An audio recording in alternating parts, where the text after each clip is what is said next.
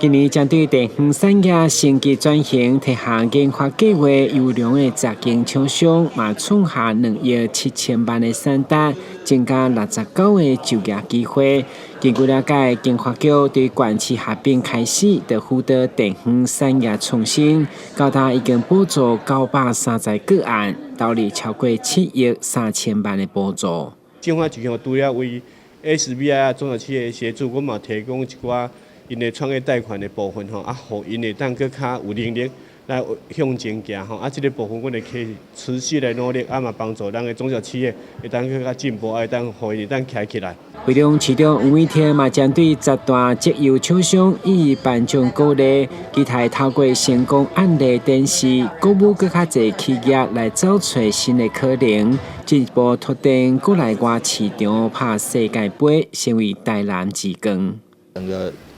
节能减碳以及资源永续这个概念正在我们中小企业获得落实，这是我们非常非常感谢他们的哈。那也希望借着这样的一个成果，我们持续在营地再努力下去，能够让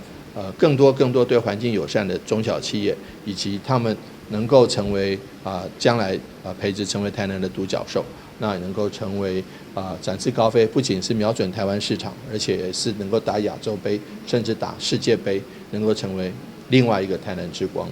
会后，市长吴伟天嘛伫创新育成基地，伊提出业者说明研发成果，政府甲民间合作，持续带动地方产业升级转型。台南新闻阮吉采访报道。